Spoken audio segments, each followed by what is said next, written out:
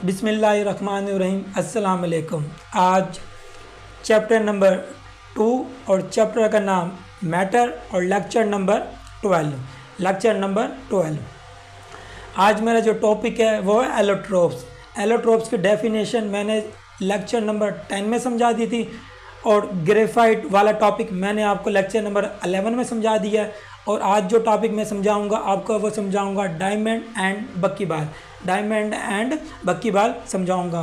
जो डायमंड होता है ना, डायमंड के अंदर जो एटम होते हैं ना, डायमंड के अंदर होते हैं छोटे छोटे से एटम। डायमंड के अंदर क्या होते हैं? छोटे छोटे एटम होते हैं। ये जो एटम होते हैं ना, ये एटम मुश्तमिल होते हैं कार्बन के ऊपर। ये एटम किस पर मुश्तमिल होते हैं? ये एटम मुश्तमिल होते हैं कार्बन के ऊपर।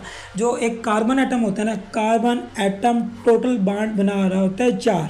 कितनी बॉन्ड बना रहा होता है? टोटल 4 बॉन्ड बना रहा होता है। और ये 4 बॉन्ड कैसे बनाता है ये मैंने आपको ग्रेफाइट में बता दिया था कि कार्बन का एटॉमिक नंबर 6 होता है, पहले शेल में 2 और दूसरी शेल में 4 इलेक्ट्रॉन होते हैं। 4 इलेक्ट्रॉन ना मजीद 4 एटम के साथ क्या कर लेते हैं? शेयरिंग कर लेते हैं। ये 4 इलेक्ट्रॉन फॉर एग्जांपल इसके, ये 4 इलेक्ट्रॉन इसके होते हैं हमारे पास ये, और ये दूसरे के साथ क्या कर रहा होता है? शेयरिंग कर रहा होता है हमारे पास ये। तो यूँ समझ लो ये भी।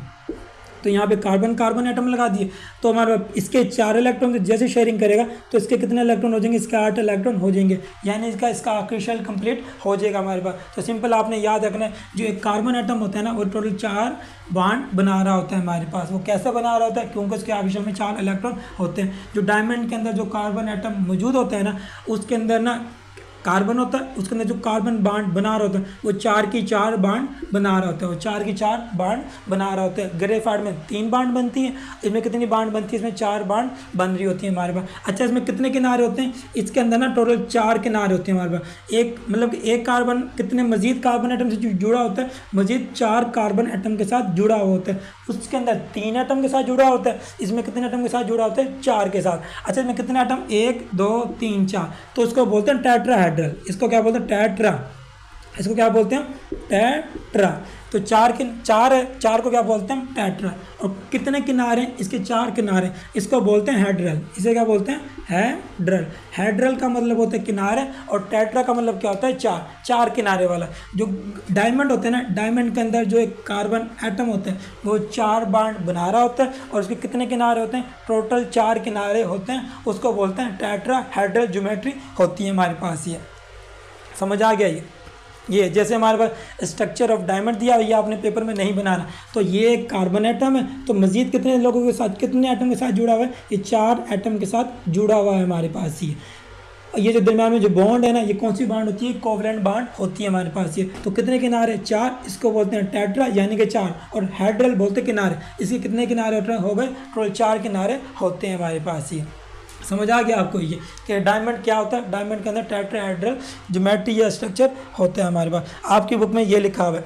अच्छा, इसके अलावा जो कार्बन होता है ना, कार्बन टोटल 4 की 4 बॉन्ड बना रहा होता है डायमंड की वजह अंदर, जिसकी वजह से ना तो डायमंड क्या होता है? हार्ड होता है। डायमंड क्या होता है? सबसे ज़्यादा हार्डेस्ट होता है, क्योंकि इसके अंदर 4 की 4 बॉन्ड बन रही होती है। उस ग्रेफाइट के अंदर 3 बॉन्ड बन रही होती है, जिसकी वजह से क्या होता है? वो सॉफ्ट होता है। इसके अंदर 4 की 4 बॉन्ड बन रही होती है, जिसकी वजह से ये क्या होता है? हार्ड होता है, बहुत ज़्यादा हार्डेस्ट होता है हमारे पास ये।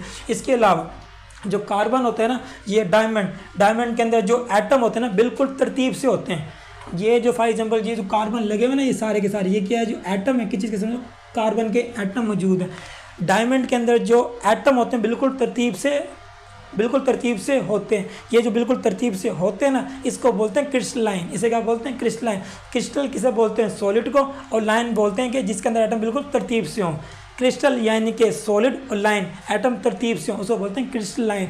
डायमंड के अंदर जो होता है ना सॉलिड होता है, वो बिल्कुल लाइन में होता है। उसके अंदर जो एटम होते हैं बिल्कुल लाइन में होते हैं, उसको बोलते हैं क्रिस्टलाइन। एटम बिल्कुल तरतीब से मौजूद है। तो diamond is the hardest. Diamond hard होता है एंड द प्योरेस्ट, बिल्कुल प्योर होता है। बिल्कुल एटम तरतीब से होते हैं। Purest crystalline allotropic form of carbon या एलोट्रोप ऑफ कार्बन। इसके अंदर जो सारे एटम होते हैं वो किस चीज़ के होते हैं? कार्बन के होते हैं। आपने सिंपल ये याद कर लेना, जो डायमंड होता है वो हार्ड होता है और इसकी जो तरतीब होती है वो कौन सी होती है? बिल्कुल तरतीब से एटम होते हैं, यानी कि क्रिस्टलाइन एलोट्रोप होती है कार्बन की हमारे पास। ये समझ आ गए? तो इसके अलावा इन्होंने बात लिखी हुई है हमारे पास ये इन इट्स स्ट्रक्चर, इसके स्ट्रक्चर के अंदर ना एक कार्बन एटम मजीद 4 कार्बन एटम के साथ जुड़ा हुआ होता है हमारे पास। इन इट्स स्ट्रक्चर, इसके स्ट्रक्चर के अंदर ईच कार्बन एटम, हर carbon atom is covalent bond, हर कार्बन एटम कितनी बॉन्ड बना रहा होता है, हर कार्बन एटम कोवलेंट बॉन्ड बना रहा होता है मजीद 4 के साथ। Bond to 4 other carbon atom forming a rigid, rigid बोलते हैं सख्त को, इसका क्या बोलते हैं सख्त, क्योंकि हमारे पास जो कोवलेंट बांड होती है ना वो बहुत ज़्यादा स्ट्रॉन्ग बांड होती है हमारे पास। ये नेटवर्क, पूरा एक नेटवर्क बना देता है ऑफ टेट्राहेड्रल शेप का। टेट्रा बोलते हैं 4 को, हेड्रल बोलते हैं किनारे को। समझ आ गया। इस स्ट्रक्चर के अंदर एक कार्बन एटम ईच, एक कार्बन एटम कोवलेंट बांड बनाते हैं मजीद 4 कार्बन एटम के साथ। और जो बांड बनती है ये कौन सी बनती है, स्ट्रॉन्ग बनती है, रिजिड बनती है, नेटवर्क और टेट्राहेड्रल शेप होती है हमारे पास, क्योंकि इसके 4 किनारे होते हैं हमारे पास। ये समझा। इसके बाद अब इन्होंने लिखा हुआ है कि दिस टेट्राहेड्रल, ये 4 किनारे वाला 3 डायमेंशन, हमारे पास 3 डायमेंशनल का मतलब ये होता है कि ना एक हमारे पास एक्स एक्सिस ये वाला होता है, ये कौन सा ले लेंगे हम एक्स एक्सिस, एक ले लेते हैं वाई एक्सिस। फॉर एग्जांपल ना ये जो हमारे पास है ना ये हो जाएगा एक्स एक्सिस, ये हो जाएगा वाई एक्सिस, एक सामने होता है वो कौन सा होता है, वो होता है जेड एक्सिस हमारे पास। ये इसको बोलते हैं 3D, इसे क्या बोलते हैं 3 डायमेंशन। अगर 2 डायरेक्शन, एक सामने की तरफ एक नीचे की तरफ, तो उसको बोल देंगे 2D, यानी कि एक्स और वाई प्लेन के ऊपर। तो इसके कितने प्लेन है, इसके 3 प्लेन है, एक सामने की तरफ, एक नीचे की तरफ और एक सामने की तरफ। तो कितने प्लेन हो जाएंगे इसके 3, इसको बोल देंगे 3D। तो दिस टेट्राहेड्रल 3 डायमेंशन, डायमेंशन बोलते हैं डायरेक्शन को, सिमत को। इसकी कितनी सिमत होती हैं, इसकी 3 सिमत होती हैं एक्स वाई जेड के अंदर। Arrangement makes it the hard, क्योंकि ये 3 तरफ है ना, सामने भी है नीचे भी है, मतलब कि आमने सामने बिल्कुल मतलब तीनों तरफ फैला हुआ है, तो ये स्ट्रक्चर क्या हो जाता है, हार्ड हो जाता है हमारे पास। ये this tetrahedral 3 dimensional arrangement makes it, ये बनाता है द हार्डेस्ट सख्त तरीन substance with a very high melting point. अगर ये बहुत ज़्यादा सख्त होगा, बहुत ज़्यादा रिजिड होगा, तो इसका जो मेल्टिंग पॉइंट होगा वो बहुत ज़्यादा होगा, क्योंकि इसको मेल्ट करने के लिए हमें हीट की ज़्यादा ज़रूरत होगी। अच्छा, मेल्टिंग पॉइंट का मतलब क्या होता है, मेल्टिंग पॉइंट, कोई भी चीज़, अगर कोई चीज़ ये मेरे पास सॉलिड है, सॉलिड को अगर मैं पिघलाऊंगा, सॉलिड पिघल के किस में जाएगा, लिक्विड के अंदर, इसको बोलते हैं मेल्टिंग पॉइंट। अगर लिक्विड मौजूद है, पानी को मैं गर्म करूंगा, गर्म करने पर ना वो जाएंगे वेपर्स के अंदर, उसको बोलते हैं बॉइलिंग पॉइंट। किसी सॉलिड को पिघलाना मेल्टिंग पॉइंट। इसके बाद आपके बुक पे लिखा हुआ है since all the carbon atoms are bonded with other carbon atoms. जो हमारे पास डायमंड होता है ना, डायमंड के अंदर जो कार्बन एटम मौजूद होता है, डायमंड के अंदर जो कार्बन एटम मौजूद होता है ना, वो 4 की 4 बॉन्ड बना रहा होता है और इसके अंदर फ्री इलेक्ट्रॉन मौजूद नहीं होता, जिसकी वजह से इसके अंदर करंट भी गुजर रहा नहीं होता हमारे पास। ये ग्रेफाइट के अंदर करंट गुजरता है, क्योंकि उसके अंदर 3 बॉन्ड बनती हैं और चौथा फ्री इलेक्ट्रॉन मौजूद होता है। डायमंड के अंदर 4 की 4 बॉन्ड बन रही होती हैं, इनमें फ्री इलेक्ट्रॉन नहीं होता है, जिसकी वजह से करंट नहीं गुजरता। तो since all the carbon atoms, चूँकि तमाम कार्बन एटम्स आर बॉन्डेड, जुड़े होते हैं with other carbon atoms, no free electrons are present, कोई फ्री इलेक्ट्रॉन मौजूद नहीं होता, रिजल्टिंग, नतीजे के तौर के ऊपर, in the structure being non conductive, conductive बोलते हैं जिसमें से करंट गुजर जाते हैं, लेकिन नॉन कंडक्टिव, इसमें से करंट नहीं गुजरता हमारे पास। ये समझ आ गया। अगर कोई पूछे कि डायमंड में से करंट नहीं गुजरता, तो आपने बोलना कि डायमंड में से करंट नहीं गुजरता क्योंकि इसमें फ्री इलेक्ट्रॉन नहीं होता, कार्बन एटम दूसरे कार्बन एटम के साथ बॉन्ड बना रहे होते हैं। और कौन सी बॉन्ड बना रहे होते हैं, कोवलेंट बॉन्ड बना रहे होते हैं। तो diamond is a non conductor of electricity. तो आपके पास ये शॉर्ट क्वेश्चन इंपॉर्टेंट हमारे पास है, तो ये वाला आएगा कि diamond is a non conductor of electricity why. तो आपने जवाब दे देना है कि ना all the carbon atom are bonded, तमाम कार्बन एटम जुड़े होते हैं दूसरे कार्बन एटम के साथ और कोई फ्री इलेक्ट्रॉन मौजूद नहीं होता, जिसकी वजह से क्या होता है, नॉन कंडक्टिव होता है। That is why diamond is a non conductor of electricity. समझ आ गया। अब बात करेंगे बक्की बाल की। बक्की बाल ये होता है, बक्की बाल जो कोयला होता है ना, कोयले की तरह ही हमारे पास होती है बक्की बाल, मतलब केमिकल है। इसके अंदर ना छोटे छोटे से ना एटम मौजूद होंगे। क्या मौजूद होंगे, छोटे छोटे से एटम मौजूद होंगे। ये जो एटम होंगे ना, ये एटम होंगे कार्बन के। ये कौन से एटम होंगे, ये कार्बन एटम मौजूद होंगे हमारे पास, क्योंकि जो डायमंड होता है उसके अंदर भी कार्बन पाया जाता है, ग्रेफाइट भी कार्बन पाया जाता है, और बक्की बाल के अंदर जो एटम होते हैं ना, उसके अंदर भी कार्बन एटम होते हैं, जिसकी वजह से ये एलोट्रोप्स होती है हमारे पास। ये समझ आ गया।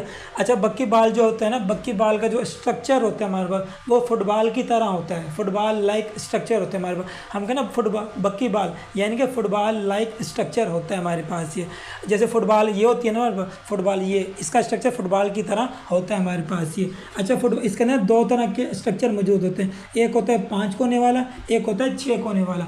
जो हमारे वो बक्की बाल इसका स्ट्रक्चर कैसा होता है, फुटबॉल की तरह होता है। फुटबॉल के अंदर ना 2 स्ट्रक्चर होते हैं, एक होता है 5 कोने वाला, एक होता है 6 कोने वाला। यानी कि पहले वाइट वाले देख लो, वाइट में एक कोना ये 2 3 4 5 और ये 6, कितने किनारे हो गए इसके 6, और 6 को बोलते हैं हेक्सा। 6 को क्या बोलते हैं, हेक्सा। और किनारे कितने हैं इसके 6, इसको बोलेंगे गोनल। गोनल 6 किनारे वाला हमारे पास ही। इसमें कितने एटम है, ये जो हर किनारा है ना, ये हर किनारे पे कार्बन एटम मौजूद है। कितने कार्बन एटम मौजूद है, 6 कार्बन एटम मौजूद है। और कितने किनारे इसके 6 किनारे मौजूद है। 6 इस तरह का जो वाइट वाला होता है ना, मतलब कि 6 किनारे वाला, इसमें टोटल कितने होते हैं, ये 20 होते हैं हमारे पास। 20 होते हैं हेक्सागोनल वाले। 20 कितने होते हैं, हेक्सागोनल वाले हमारे पास। और जो ब्लैक वाले ना, इसके किनारे देख लो, हर किनारे पे कार्बन एटम मौजूद है। अब यहाँ पे देखो, एक यहाँ पर ये 1 2 3 4 5 हो गए, 5 कार्बन एटम। इसको बोलते हैं पेंटा। इसको क्या बोलते हैं, पेंटा। पेंटा बोलते हैं 5 को, और हेक्सा बोलते हैं 6 को। और कितने किनारे इसके, 5 किनारे, इसको बोल देंगे पेंटागोन। इसको क्या बोल देते हैं, पेंटागोन। और किनारे इसके हेक्सागोन, इसके अंदर 20 होती है हमारे पास। और पेंटागोन कितने होते हैं इसके अंदर, 12 होते हैं हमारे पास। अगर कोई पूछे ना कि बक्की बाल के अंदर पेंटागोन कितने होते हैं, 5 किनारे वाले वो 12 होते हैं, और 6 किनारे वाले कितने होते हैं उसके अंदर 20 होते हैं हमारे पास ही। समझ आ गया आपके पास ही। तो ये होता है हमारे पास ये, और आपकी बुक में इस तरह ये लिखा हुआ है ये। तो bucky ball also known as fullerenes have a football like. ये जो बक्की बाल होता है ना, इसका स्ट्रक्चर कैसा होता है, फुटबॉल की तरह फ्यूज, फैला हुआ। फुटबॉल फैली हुई होती है ना हमारे, जैसे फुटबॉल ये फैली हुई होती है, और बीच में से खाली होती है, और रिंग की तरह होती है हमारे पास ये। फुटबॉल लाइक फ्यूज्ड हालो, फ्यूज फैली हुई, हालो खाली अंदर से, रिंग और गोल होती है हमारे पास। Structure made up of 20 hexa 6 कोने वाला, एंड पेंटा एंड 12 पेंटागोन 5 किनारे वाले मौजूद होते हैं। हमारे जो बक्की बाल होते हैं ना, इसका स्ट्रक्चर फुटबॉल की तरह होता है, और फुटबॉल बीच में से खाली होती है, फ्यूज हालो होती है, और गोल रिंग होता है। इसके अलावा ये बने होते हैं 20 6 कोने वाले से, और 12 5 कोने वाले से ये बने होते हैं हमारे पास ये। अच्छा, ये जो फुटबॉल होती है ना, फुटबॉल के अंदर जो टोटल एटम होते हैं, वो टोटल एटम होते हैं 60। कितने एटम होते हैं, टोटल 60 एटम होते हैं हमारे पास। Each of its 60 carbon atom, हर जो होता है ना 60 कार्बन एटम्स पर मुश्तमिल होता है। Are bonded to 3 other carbon atom. ये समझा देता हूँ मैं, इनका कहने का मतलब क्या है। अब हमारे पास जो है ना, तो 20 हमारे पास है हेक्सागोन। हेक्सा का मतलब कहते हैं 6 कार्बन एटम। कितने कार्बन लिखेंगे हम, 6 कार्बन एटम। और हमारे पास टोटल कितने ये 20। तो 20 को मल्टीप्लाई करवाएंगे 6 से, तो जवाब आ जाएगा 120 आ जाएगा। इसी तरह हमारे पास जो 12 थे ना, वो कितने थे, 5 कोने वाले। तो 12 को मल्टीप्लाई 5 कार्बन एटम से, और जवाब कितना आ जाएगा 60 आ जाएगा हमारे पास ये। तो टोटल आंसर कितना आ जाएगा 180 आ जाएगा। लेकिन उन्होंने यहाँ पे लिखा है कि एक जो फुटबॉल होती है ना, उसमें कितने कार्बन होते हैं, 60 होते हैं। कितने कार्बन होते हैं उसके अंदर, 60 होते हैं हमारे पास ये। तो लेकिन मैं ये समझाता हूँ कैसे 60 होते हैं हमारे पास ये। हमारे पास जैसे ये वाला जो कार्बन एटम है ना, फॉर एग्जांपल जो मेरे पास ये वाला कार्बन एटम है, ये कार्बन एटम इसके साथ भी शेयर हुआ पड़ा है, इसके साथ भी शेयर हुआ है, और इसके साथ भी शेयर हुआ पड़ा है। मतलब कि एक कार्बन एटम कितने के साथ शेयर हुआ होता है, 3 के साथ। तो हमारे पास टोटल कार्बन एटम कितने थे, 180। इसको डिवाइड कर देंगे 3 के ऊपर, और जवाब हमारे पास आ जाएगा 60। तो इस तरह ये इन्होंने दिया हुआ है कि जो एक कार्बन एटम, एक जो रिंग होती है ना फुटबॉल की, वो कितने पर मुश्तमिल होती है, 60 कार्बन एटम पर मुश्तमिल होती है हमारे पास ही।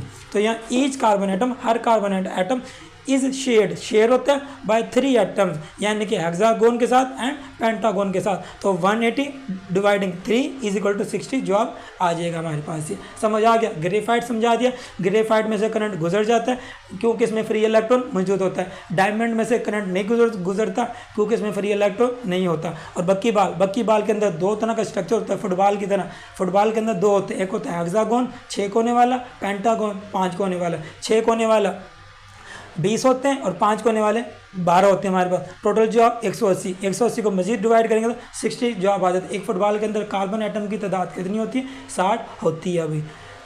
अभी तक के लिए थैंक यू सो मच।